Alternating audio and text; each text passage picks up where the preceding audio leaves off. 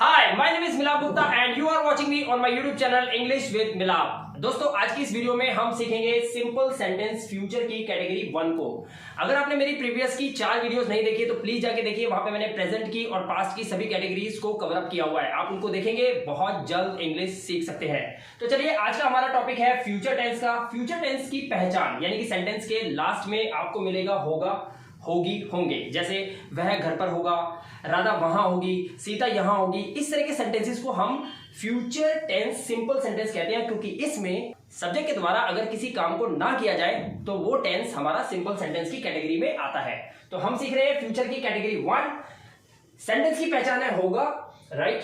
यहां पर आप वर्ब विल बी का यूज करेंगे होगा के सेंस में, और जब इसका नेगेटिव सेंटेंस बनाएंगे तो नेगेटिव सेंटेंस के अंदर विल नॉट बी का यूज आपको करना है। एक बात आपको ध्यान रखनी है, नहीं की इंग्लिश होती है नॉट, और जब फ्यूचर के नेगेटिव सेंटेंस को जब आप बनाएंगे तो वहां पर विल बी नॉट नहीं लिखना है। काफी सारे स्टूडेंट्स विल बी नॉट करते हैं, तो आपको ऐसा नहीं लिखना है, आपको विल नॉट बी लिखना है।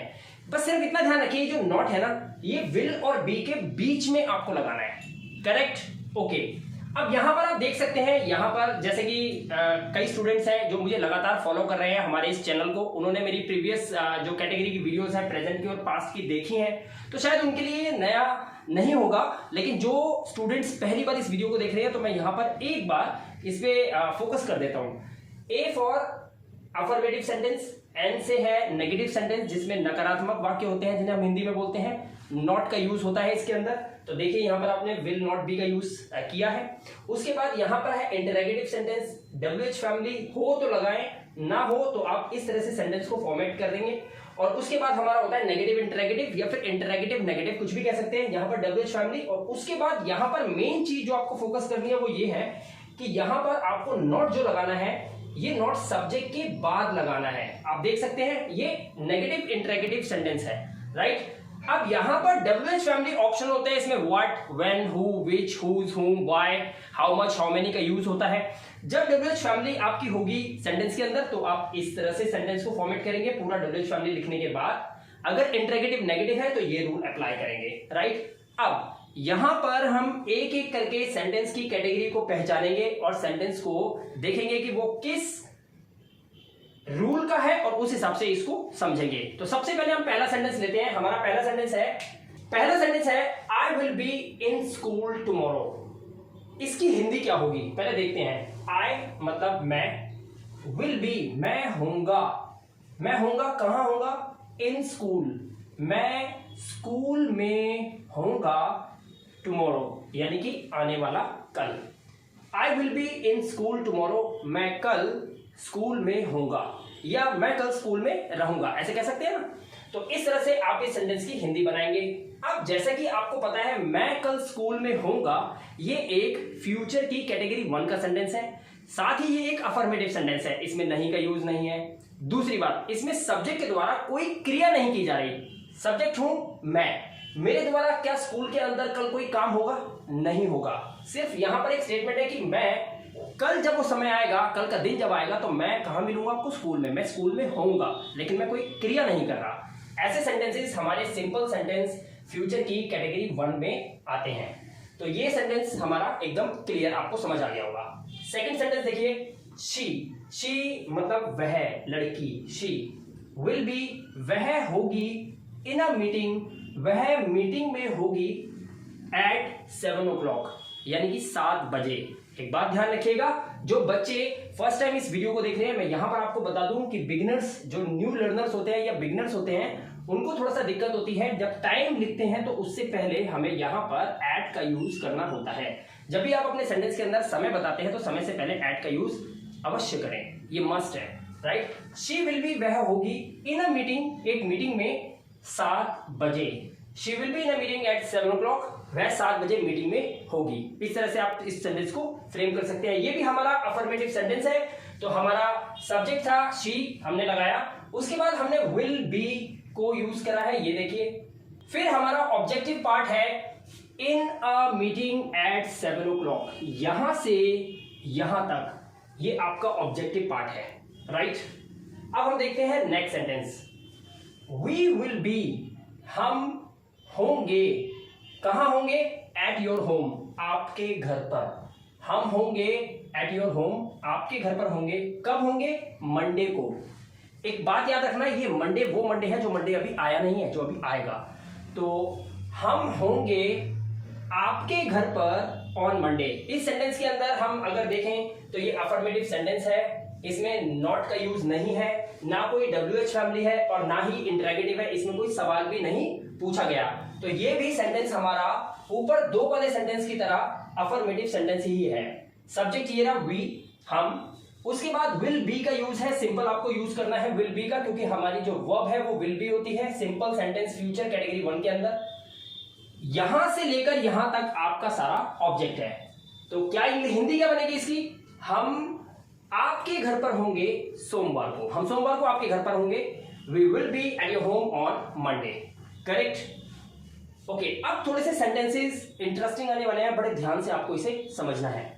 यहां पर हम देख सकते हैं विल का हमने यूज सबसे पहले किया है, यानी कि इन सेंटेंसेस में विल को हमने अंदर यूज किया था, लेकिन इस कैटेगरी के सेंटेंस में आप देख सकते हैं विल का यूज यहां पर है। उसके बाद हमारा रोहन यहां पर नाम लिखा हुआ है, फिर हमारा बी है। तो ये कौन सी कैटेगरी है और इसकी हिंदी क्या है? तो सबसे पहले इसकी हिंदी बना के देखते हैं। विल रोहन बी, क्या रोहन होगा वहां विद मी, मेरे साथ? क्या रोहन वहां मेरे साथ होगा?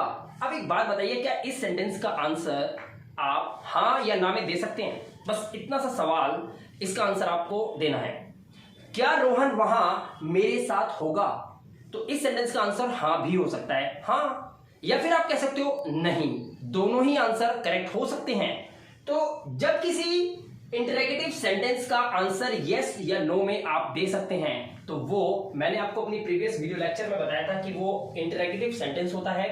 और क्योंकि इसमें कोई WH फैमिली नहीं है, सेंटेंस की शुरुआत क्या से हो रही है, इसलिए यहां पर व्हाई नहीं, व्हाट, हुज, हुम, कोई WH फैमिली का यूज नहीं करना है। सिंपल आपका सेंटेंस विल से स्टार्ट हो जाएगा। तो यहां पर लिखा है विल, यानी कि ये इंटरोगेटिव की थर्ड कैटेगरी है।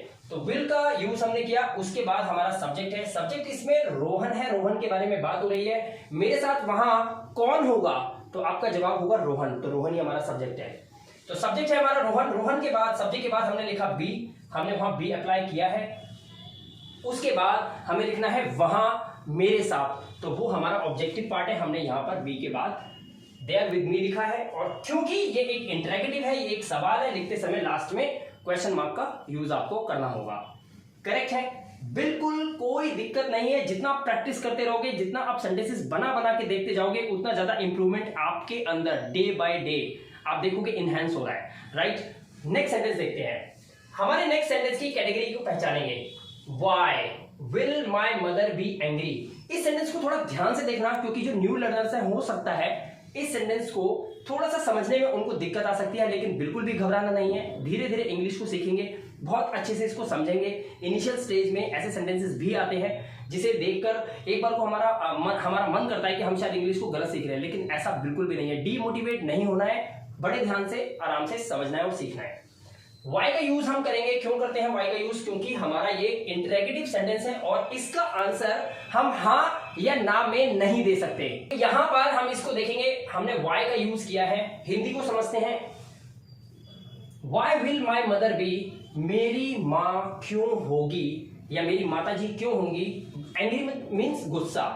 मेरी मम्मी गुस्सा क्यों होंगी, मेरी मम्मी गुस्सा क्यों होंगी ऑन मी, मुझ पर। Why will my mother be angry on me, मेरी मम्मी मुझ पर गुस्सा क्यों होंगी। इफ, यदि आई फिनिश माई होमवर्क, अगर मैं अपना होमवर्क कर लेता हूं तो, या पूरा करता हूं तो।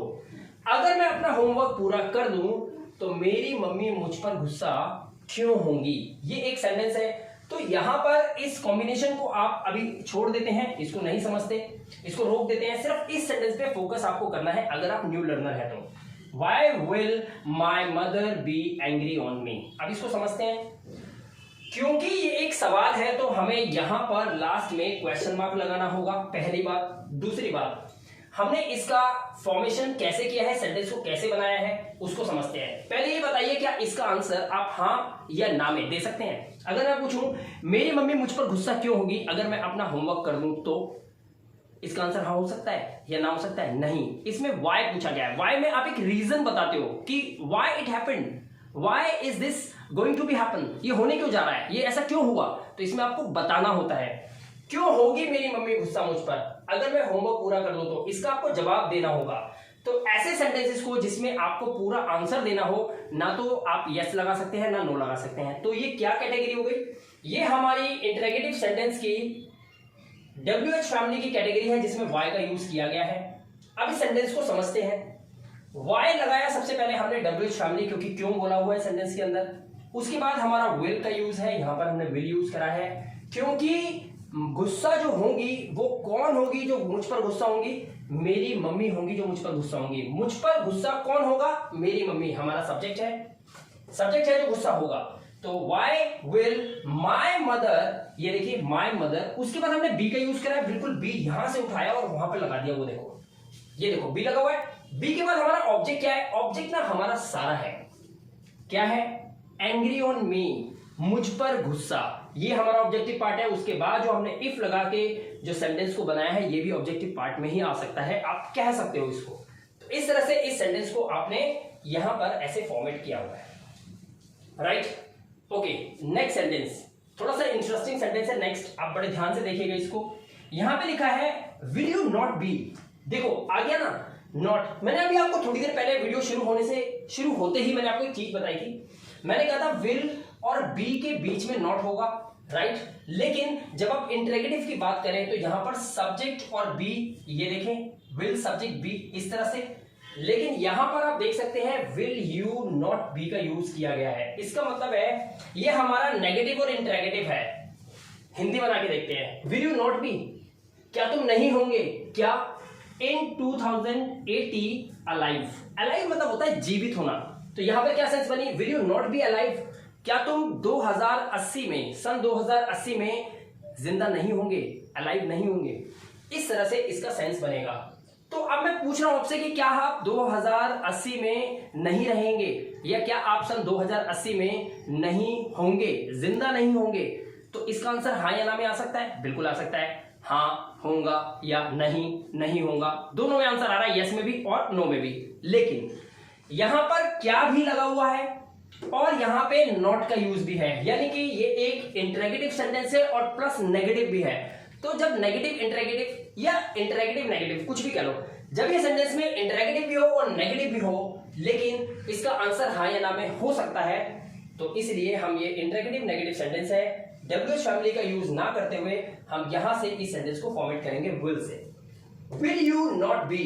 अब यहां पर आप देख सकते हैं ना विल यू नॉट बी, तो विल सब्जेक्ट क्या है हमारा? यू, आप। कौन जीवित नहीं होगा 2080 में? आपके बारे में पूछ रहे हैं। तो विल यू, फिर नॉट बी का यूज किया है। उसके बाद हमारा ऑब्जेक्टिव पार्ट है जिंदा 2080 में। नो एक्शन सेंटेंस है, किसी भी सब्जेक्ट के द्वारा क्रिया को नहीं किया जा रहा है, आप देख सकते हैं यहां पर, राइट? इस तरह से सेंटेंस को यूज करेंगे। लेकिन वैसे ही जो छोटा सा यहां पर आपको क्वेश्चन मार्क लास्ट में लगाना होता है लिखते समय, राइट? सेंटेंस बिल्कुल धीरे धीरे आसानी से आप समझते जा रहे हैं। आपको फ्यूचर कैटेगरी 1 को समझ आने में अब ज्यादा टाइम नहीं लगेगा, सिर्फ 2 सेंटेंसेस और दोहराओ आप, उसके बाद ये पूरा फॉर्मेट आपको समझ आ चुका होगा। आप बहुत अच्छे से इसकी प्रैक्टिस भी कर सकते हैं। 2 सेंटेंसेस और देखते हैं। What will be there. अब इस सेंटेंस को थोड़ा सा आपको ध्यान से समझना है, मैं यहीं से समझा देता हूं। व्हाट का मतलब होता है क्या, यानी कि ये एक WH फैमिली का पार्ट है। इसमें कोई नॉट तो नहीं लगाना, नॉट नहीं है, लिखा है व्हाट विल बी देयर, वहां क्या होगा, व्हाट विल बी देयर। इस सेंटेंस के अंदर 2 बातों का बड़ा ध्यान रखना है आपको। पहला, क्योंकि ये WH फैमिली का पार्ट है तो इसको हम इंटरेगेटिव में बनाएंगे, इसमें नॉट का यूज नहीं है। दूसरा, इसमें सब्जेक्ट मिसिंग है। यस ऑफ कोर्स, देखिए व्हाट का यूज किया WH फैमिली के लिए हमने, ठीक है, क्या। उसके बाद विल बी का यूज किया हुआ है, जबकि इंटरेगेटिव सेंटेंस अगर हमारा WH फैमिली का हो तो WH फैमिली के बाद विल के बाद हम सब्जेक्ट लगाते हैं, सब्जेक्ट के बाद हमें बी लगाना होता है। लेकिन यहां पर WH फैमिली के बाद विल का यूज किया है, विल के बाद सब्जेक्ट है ही नहीं, यहां पर सब्जेक्ट होना चाहिए था, सब्जेक्ट गायब है और डायरेक्ट बी लगा हुआ है और उसके बाद देयर लगा हुआ है। वहां इंग्लिश लिखी हुई है, वहां की देयर, यानी कि वहां क्या होगा। ये सेंटेंस अगर आप बनाओगे तो इसको इस रूल के साथ नहीं, आप इसको इस रूल के साथ बनाओगे, यानी कि अफर्मेटिव वे में बनाओगे। इवन इफ इस सेंटेंस के अंदर WH फैमिली है। क्यों? इसका एक रीजन सुनो। अगर रीजन समझ में आ गया, वाई का आंसर इस दुनिया में ढूंढ लो, वाई का आंसर, आप कामयाब हो जाएंगे। इस वाई का आंसर सबके पास नहीं होता, ऐसे ही बोल देते हैं लोग, ऐसे ही। कोई पूछे ना वाई क्यों, ऐसे ही बस ये पूछ लो आप। कोई आपको बोलता है कामयाब नहीं होंगे आप कभी भी, आप बस एक सवाल पूछ लो क्यों, उसके पास जवाब नहीं होगा इसका। व्हाट विल बी देयर, वहां क्या होगा। अब एक बात पूछो, मैं अगर आप एक बात पूछता हूं मैं आपसे, वहां क्या होगा, आप मुझे बोलो वहां पर मोहन होगा, तो मोहन आया ना, जो वहां होगा, किसके बारे में पूछा ना, मोहन के। मोहन ही तो मिसिंग है, हमें यही तो नहीं पता वहां होगा क्या। जो वहां पे होगा वही तो सब्जेक्ट होगा। सेंटेंस देखो, वहां क्या होगा, वहां मोहन होगा। अब इसको सही करते हैं, मोहन वहां होगा। इसकी इंग्लिश में आपसे कहूं बनाओ, मोहन वहां होगा, बहुत आसान है। मोहन हमारा सब्जेक्ट होगा, फिर वहां की इंग्लिश हम यहां पे ऑब्जेक्टिव पार्ट में लगा देंगे, होगा की इंग्लिश विल बी लगा देंगे, तो मोहन विल बी देयर हो गया। मोहन हमारा सब्जेक्ट है, सब्जेक्ट है ही नहीं सेंटेंस के अंदर, क्योंकि हम तो उसी को तो पूछ रहे हैं वहां क्या होगा। इसीलिए क्योंकि इसमें सब्जेक्ट नहीं है, आप व्हाट लगाने के बाद भी इसको अफर्मेटिव वे में बनाओगे, यानी कि इस रूल का आपको यूज करना होगा। लास्ट में क्वेश्चन मार्क लगाओगे क्योंकि WH फैमिली लगी हुई है। ये बात वीडियो के अंदर इस पॉइंट को वो सभी स्टूडेंट्स आसानी से समझ गए होंगे जिन्होंने मेरी प्रीवियस 4 वीडियो लेक्चर्स देखी हैं, जिसमें मैंने प्रेजेंट की कैटेगरी 1 और 2 की बात की है, पास्ट की कैटेगरी 1 और 2 के अंदर बहुत अच्छे से कई ऐसे सेंटेंसेस जो बिल्कुल सेम एग्जांपल के साथ समझाए हुए हैं। तो जाकर उन वीडियोस को जरूर देखिए। इस वीडियो के डिस्क्रिप्शन में मैं उनके लिंक्स दे रहा हूं, जानबूझकर दे रहा हूं ताकि उनको आप देखें, ताकि इस वीडियो को अच्छे से रिलेट कर पाए। और जैसे जैसे हमारा इस ग्रामर का कारवां आगे बढ़ता जाएगा, आपको हर चीज बिल्कुल कट एंड क्लियर समझ में आती रहेगी। राइट, लास्ट सेंटेंस देखते हैं। अब हमारा लास्ट सेंटेंस है इन विच ईयर, कौन से साल में, in which year will you be in London, यानी कि कौन से साल में आप लंदन में होंगे। अब यहां पर कौन से साल में आप लंदन में होंगे, मैं आपसे बोलूं आप लंदन में कौन से साल में होंगे या कौन से ईयर में होंगे, क्या इसका आंसर हाँ या ना में आ सकता है? नहीं आ सकता। ठीक है, तो यानी कि एक सवाल है विच का यूज किया गया है और हमारी WH फैमिली है इन विच ईयर, कौन से साल में। तो ये एक WH फैमिली है प्लस इसमें नहीं का यूज नहीं है, इसीलिए ये हमारा इंटरोगेटिव सेंटेंस है WH फैमिली का। यूज देखिए कैसे किया है, आप लंदन में होंगे कौन से साल में, यानी कि आप कौन से साल में लंदन में होंगे या लंदन में मिलेंगे, ये सेंस हो सकती है। इन विच ईयर, कौन से साल में, यहाँ पे WH फैमिली का यूज किया। उसके बाद आपने लगाया विल के बाद आपको सब्जेक्ट लगाना है, तो सब्जेक्ट क्या है आपका, कौन से साल में लंदन में होगा, कौन, आप, आपके बारे में बात हो रही है, यू का यूज हो गया। उसके बाद हमने क्या लगाना है, उसके बाद हमने बी लगाया सब्जेक्ट के बाद, right, will subject be, WH family will subject be. उसके बाद ऑब्जेक्टिव पार्ट क्या है, लंदन में, वो जगह जहां पर आप होंगे आने वाले साल में। तो in which year will you be in London, तो इन लंदन का यूज करा, क्वेश्चन मार्क लगा दिया। बहुत इजी मेथड से आपने इन सेंटेंसेस को आज बनाना सीखा है मेरे साथ, बहुत इजी मेथड से आपने इन सेंटेंसेस को मेरे साथ इस वीडियो में बनाना सीख लिया है। अब आपको फ्यूचर के फर्स्ट कैटेगरी के सभी सेंटेंसेस आराम से बनाने आ गए हैं। आप इसकी निरंतर प्रैक्टिस कीजिए, काफी सारे सेंटेंसेस को बना बना के देखिए। आई होप कि आप किसी भी सेंटेंस में अब आपको कोई प्रॉब्लम नहीं आएगी। राइट, अगर आप इस चैनल पे पहली बार आए हैं तो चैनल को सब्सक्राइब कीजिए। रीजन, क्योंकि हम लगातार वीडियोस डाल रहे हैं बिल्कुल सीरियल वे में, यानी कि किस तरह से हम ग्रामर को सीख सकते हैं एक इनिशियल स्टेज से लेकर एंड तक, जब तक हमारी एडवांस ग्रामर नहीं आ जाती, हम सीक्वेंस में वीडियोस को डालते रहेंगे। तो इससे सबसे बड़ा बेनिफिट आपको ये मिलेगा कि अगर आज इस चैनल को सब्सक्राइब करते हैं तो टाइम टू टाइम आपको वीडियोस आपके मोबाइल फोन पे मिलती रहेंगी। और अगर आप इंग्लिश को सीखने के इच्छुक हैं या काफी समय से आप इंग्लिश नहीं सीख पाए हैं, तो इस बार ये मौका आपके हाथ से जाना नहीं चाहिए, यही तो मैं चाहता हूं। तो चैनल को जरूर सब्सक्राइब करें और बेल आइकन बटन को जरूर प्रेस करें और ऑल पे क्लिक जरूर करें, ताकि सभी वीडियोस आपको टाइम टू टाइम आपके मोबाइल फोन पे मिलती रहें। और वीडियो अच्छा लगा हो तो लाइक और शेयर तो बनता ही है। मैं मिलूंगा आपसे अगली वीडियो में, तब तक के लिए अपना ध्यान रखिए, सुरक्षित रहिए। Thank you very much and have a good day.